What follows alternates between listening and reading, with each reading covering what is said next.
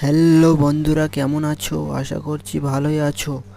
আজকে প্রথমে back workout করলাম 20 র্যাপস 2 সেট।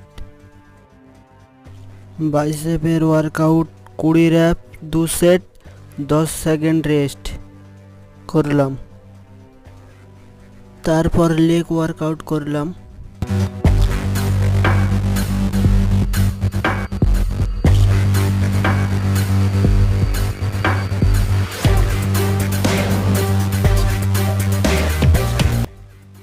তারপর দেশি সাপাটে করলাম।